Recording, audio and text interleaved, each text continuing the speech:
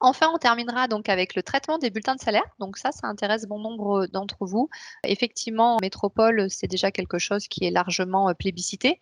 Il y a beaucoup d'entreprises rencontrées sur le territoire qui souhaitent aussi maintenant traiter les bulletins de salaire de manière dématérialisée. Je vais vous présenter comment cela fonctionne. Donc le fonctionnement est assez simple. On n'envoie pas un bulletin de salaire à son salarié en pièce jointe d'un mail, c'est interdit. On envoie un mail avec un lien de consultation pour lui donner accès à son bulletin. Mais son bulletin ne doit pas être déposé sur n'importe quel portail, il doit être déposé sur un coffre-fort. Donc c'est un portail, certes, mais qu'on appellera un coffre-fort. En cliquant sur son document, il va donc accéder à son coffre-fort, ce salarié. Il va se loguer et accéder à ses documents. Son bulletin de salaire, il va pouvoir le retélécharger, l'utiliser. On va voir au travers d'une vidéo comment cela se met en place.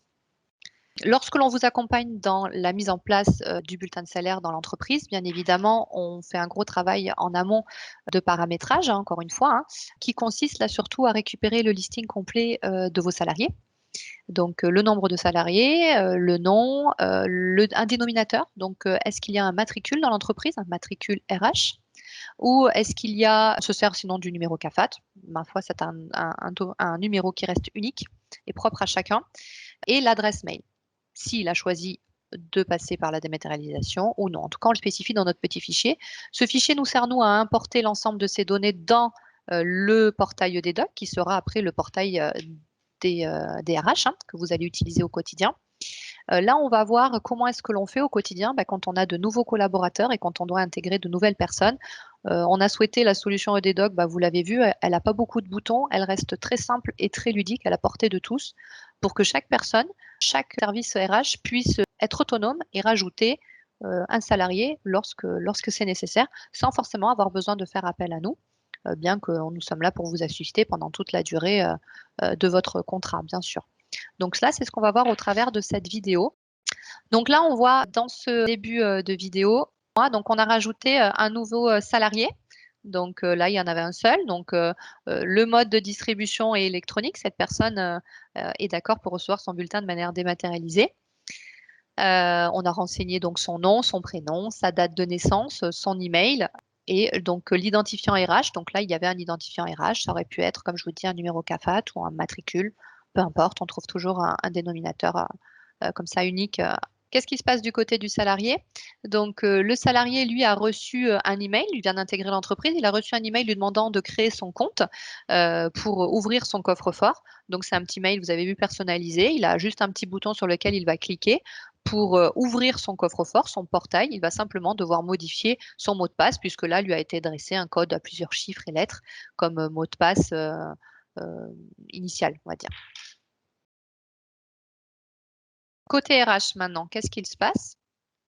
Donc, quand vous êtes en train d'émettre donc vos bulletins de salaire, tout l'intérêt est effectivement d'avoir une zone sur le bulletin où on pourrait adresser un champ mail ou encore une fois, on se servira de ce fameux fichier que l'on a pré-rempli pour venir pointer dans le fichier le mail correspondant au salarié. La RH va aller choisir donc l'imprimante EDDoc dans son driver d'impression pour adresser ses bulletins de salaire. Si elle a 1000 bulletins, encore une fois, tout va être exécuté dans le driver EDDoc. Elle ne clique qu'une fois sur imprimer, exécuter, et EDDoc va se charger de découper les 1000 bulletins en 1000 envois distincts. Même s'ils font une ou plusieurs pages d'ailleurs, il sait faire la différence. On va exécuter cet envoi. On voit que le bulletin est en train de charger. Hop, en quelques clics. Là, c'est simplement une petite slide pour vous remontrer effectivement les zones qui ont été captées par EDDoc pour envoyer ce bulletin de salaire. Voilà. En cliquant sur cette petite coche, on demande à l'outil d'appliquer le même masque, donc le même fonctionnement pour tous les autres bulletins qui viendraient derrière. Encore une fois, comme on l'a vu tout à l'heure pour le mail, pour le dépôt sur le portail ou sur le portail Chorus, on visualise le premier envoi. On ne va pas visualiser les 1000 envois, on visualise le premier. Une fois qu'on s'est rassuré et qu'on voit que tout est en ordre, on applique le champ synchronisation pour tout le reste des envois qui suivent. Voilà. Qu'est-ce qui se passe après côté salarié? Donc, sur sa boîte mail, le salarié donc va recevoir un mail lui disant qu'il a un nouveau document accessible, que son, bulletin de salaire lui a été adressé. On privilégie de demander aux salariés de donner leur adresse mail personnelle, tout simplement pour qu'elles puissent les suivre, tout au long de leur carrière, puisque l'intérêt de la solution EDDoc, bulletin de salaire, c'est que les documents qui sont intégrés sur le coffre-fort sont archivés 50 ans et ce, même après un départ de l'entreprise. Vous allez le voir tout à l'heure dans la prochaine démonstration, j'ai moi-même encore les bulletins de salaire de mon précédent employeur, bien que je ne fasse plus partie de l'entreprise. Donc là, le salarié va aller cliquer sur son email, va recevoir un petit mail générique qui va effectivement lui proposer la visualisation, hop, de son document. On va se connecter donc au portail MyEDDoc en cliquant sur ce bouton. Donc, on va demander au salarié de s'identifier avec un login et un mot de passe. Donc là, j'ai pris pour exemple mon compte à moi. Donc ça, c'est le coffre-fort, c'est ce que visualise le salarié, hein. Bien évidemment, il n'a qu'une seule rubrique puisque ce coffre-fort ne doit archiver que les bulletins de salaire. Donc là, on voit qu'il y a beaucoup de bulletins de salaire. Comme je vous le disais, dans mon précédent employeur, utilisait déjà la solution EDDoc pour l'administration des bulletins de salaire. Donc effectivement, on voit que j'avais déjà ces bulletins depuis les 5-6 dernières années. On voit également que Office Plus est venu se greffer. Effectivement, depuis le 1er janvier, chez Office Plus, nous dématérialisons tous les bulletins de salaire de nos salariés. Donc, on a plus de 50 bulletins de salaire qui sont envoyés de manière dématérialisée depuis cette date. Donc, on voit bien effectivement que sur mon portail, sur mon espace, j'ai les bulletins Office Plus de janvier et février. Alors, vous allez me dire, mais du coup, qu'en est-il des autres bulletins? Puisqu'effectivement, il y a eu d'autres bulletins entre ces deux, entre Office Plus et mon précédent employeur.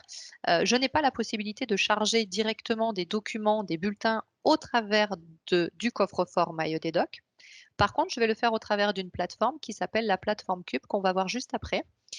Pour des raisons de confidentialité et de sécurité de l'information, ce coffre-fort ne doit détenir uniquement que les informations que l'employeur envoie et non pas sauvegarder des informations qui vous seraient personnelles, que vous jugeriez de garder. Donc, on va le faire au travers de la plateforme Cube. Donc la plateforme Cube, c'est une plateforme qui a été mise en place en métropole, auquel bien évidemment nous avons accès. Vous allez le voir, elle est assez intéressante cette plateforme parce qu'elle regroupe plus de 300 organismes. Donc au travers d'une seule plateforme, on pourrait avoir accès à tous les fournisseurs d'énergie, on pourrait avoir accès à la Fnac, à son compte Uber, à Bouygues Télécom, voilà, bon, aux impôts et j'en passe. Alors effectivement, en Nouvelle-Calédonie, vous allez me dire que ça n'a pas trop d'intérêt parce que pour l'instant, il n'y a pas d'organisme à part EDDoc qui travaillent au travers de Cube, mais encore une fois, pour l'instant, c'est des réflexions en cours que peut-être pouvoir aller rajouter aussi des organismes du territoire, comme ça a été fait dans les DOM-TOM, puisqu'il y a aussi des organismes de Martinique, de Guadeloupe ou de La Réunion qui ont déjà adhéré à la plateforme, permettant à leurs résidents d'en profiter. Donc, cette plateforme Cube, elle va nous permettre d'intégrer nos documents à nous. Donc, les précédents bulletins, par exemple, salaire ou tout autre document que l'on jugerait intéressant. Donc là, on revoit les différents agents. Moi, je me suis mis donc en favori dans mon petit agent EDDoc.